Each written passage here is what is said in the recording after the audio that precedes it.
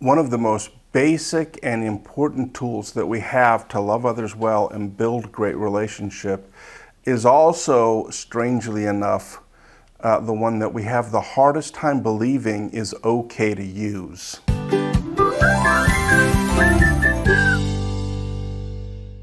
Hi everybody, this is Greg from Heart Tools, where we make it simple to build great relationships. And in this video, we are going to talk about a tool called validation. And validation is essentially the process by which we let people know that their emotions make sense.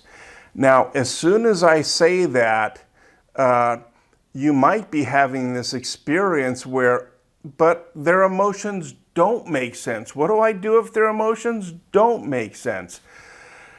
And so in this video, we're going to talk about some of the common obstacles that we have to validating and some honest concerns about is validating the right thing to do. And then in the next video, we're going to get more practical and talk about the how-to of it. But let's just take a couple examples. You're at a party with a friend and your friend says, man, I hate it when my fiance acts seductively in front of other people. It just gets me so frustrated. And you look and you've been there all night and you haven't seen anything seductive and you think, you know, this guy's crazy, right?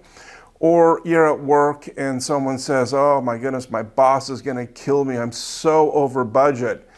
And you're thinking, well, actually, you're not that far over budget. Or, you know what? I know your boss, and I know that even if you are over budget, that alone won't make her kill you, right? She's got a little bit more on the ball than that. She'll help you grow and develop in that area. And so you just think your emotion is just overly dramatic. It makes no sense. And here's the challenge that we face in those moments. And it's, how do I empathize and validate an emotional experience that's connected to a thought that I completely disagree with, right?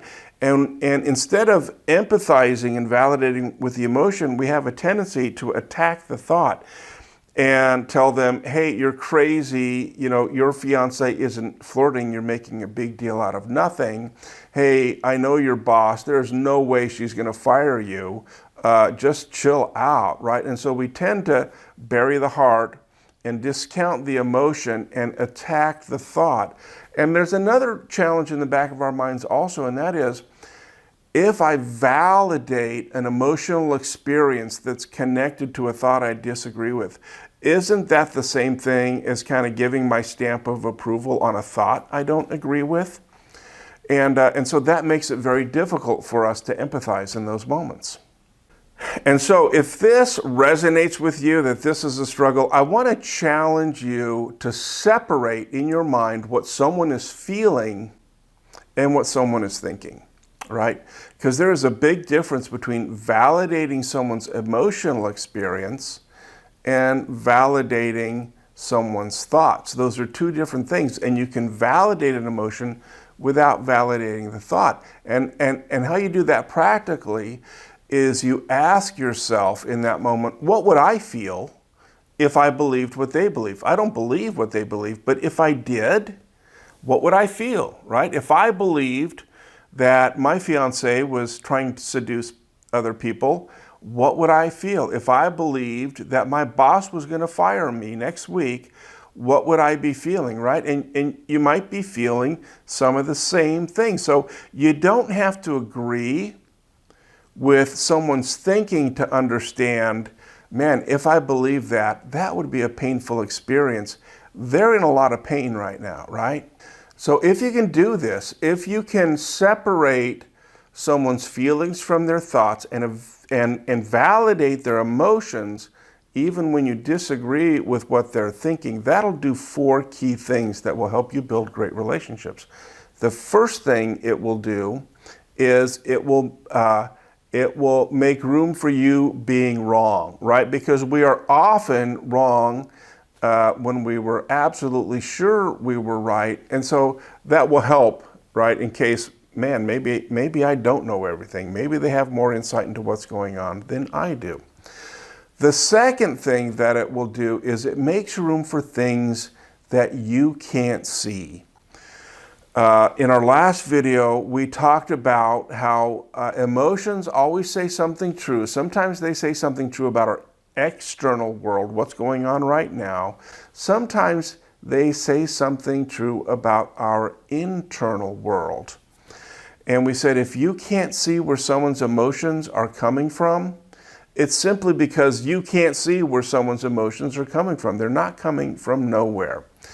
So, in the examples we've been talking about, this guy at the party, maybe he had a previous fiance who did end up leaving him, and that left him, very shaky. Or maybe for some reason he has grown up with this belief that no one could ever really love him, so he's always hyper vigilant about, how is she going to leave? When is she going to leave? It could be 1,000 other things, right?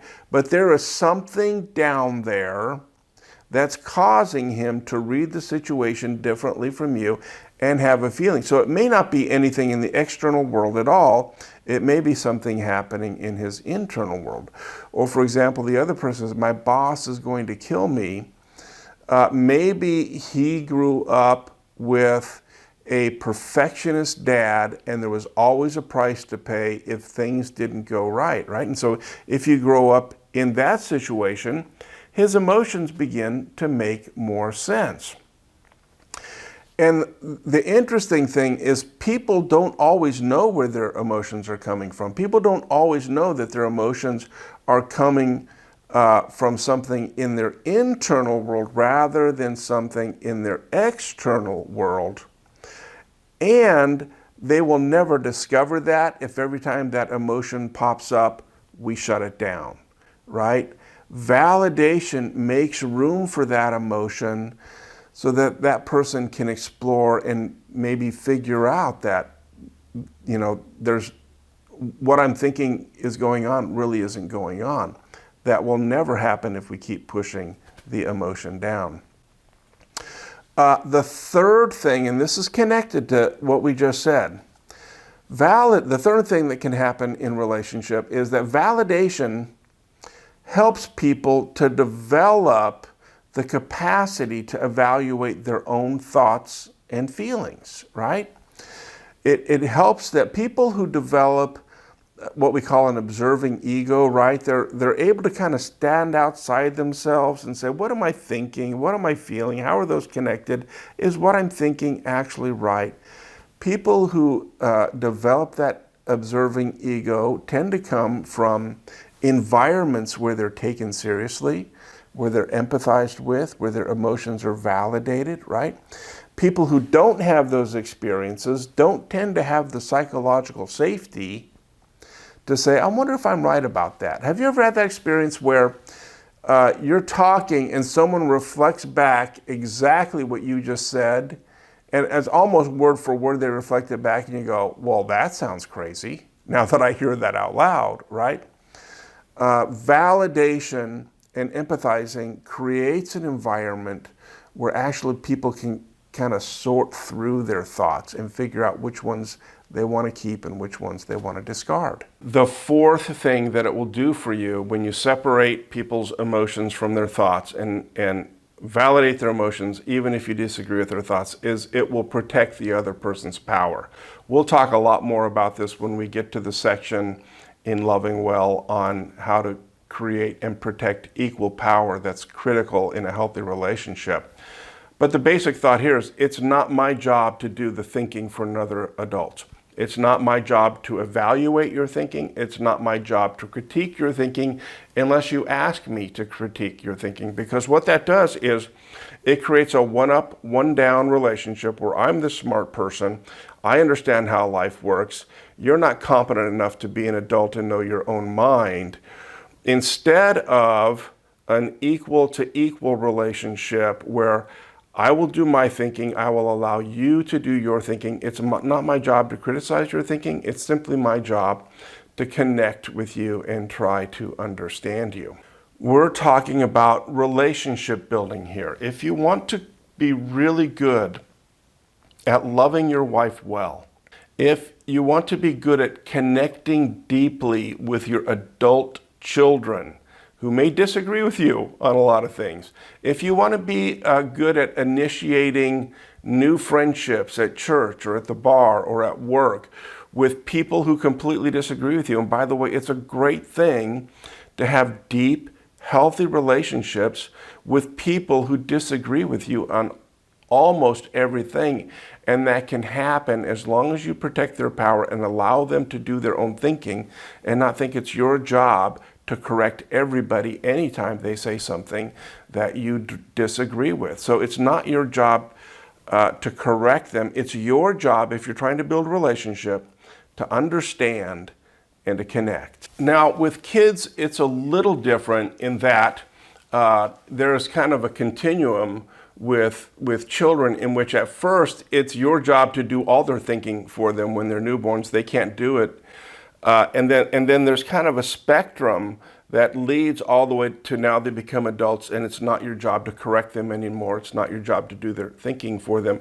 And in between there's a process where you learn to help them understand, what they think. You learn to help them critique what they think. You learn to help them critique how they think and, improve and all that. And that is part of the job of parenting. But let me suggest strongly that even in those situations where you think, okay, I got to help my son or daughter, they're not thinking properly here and I want to help them learn how to think, always connect before you correct, right? So the first thing you do is validate the emotion that they're experiencing before you help them with what they are thinking and how they are thinking, right? And so if your daughter comes in talking about her, her brother who's 2 years older than her, and she's crying and she says, "Scotty hates me," right? And if the first thing you do is attack the thought and say, "Stop being ridiculous," that's not going to be taken as a helpful mentoring moment by your daughter. That's going to be taken as her sadness doesn't matter to you at all, right? And so what you want to do is first empathize with the sadness and say, wow, that must really be painful to believe that Scotty hurts you. No wonder you're so upset, right? Connect first and then correct. Eventually you'll get to the point where you can say, hey, why do you think Scotty hates you? Where did that idea come from? And what about the time, yesterday when, Scotty gave his candy bar to you, or Scotty did this, or and help them develop their thinking, but do it after you connect. Because the reality is when your daughter is in that Scotty hates me moment, she is in a different lower part of her brain than she needs to be in to do that kind of higher capacity, higher functioning evaluation and thinking until she's soothed, until she calms down, until she's reconnected again. And then those are the moments where you can help your kids develop their thinking. So even in those moments, separate the feeling from the thought and validate the feeling first. And once you've helped your children to get to the capacity to do the higher level functioning and thinking, that's when you help them talk about and explore their thoughts and whether the thoughts are true or not true. Now, in our next video, we are going to talk about how to listen with empathy. But for now, I want you to practice this simple step. Continue practicing listening with empathy. And when you get to that moment where you think that you disagree with the belief that someone has that's connected to their emotion, ask yourself this simple question. If I believed what they believe, I don't, but if I believed what they believe, what would I be feeling right now? And see how much that helps you empathize with people, even if you disagree with them, and connect with them on a human level. Simple steps. Practice, practice, practice. That's what Heart Tools is all about.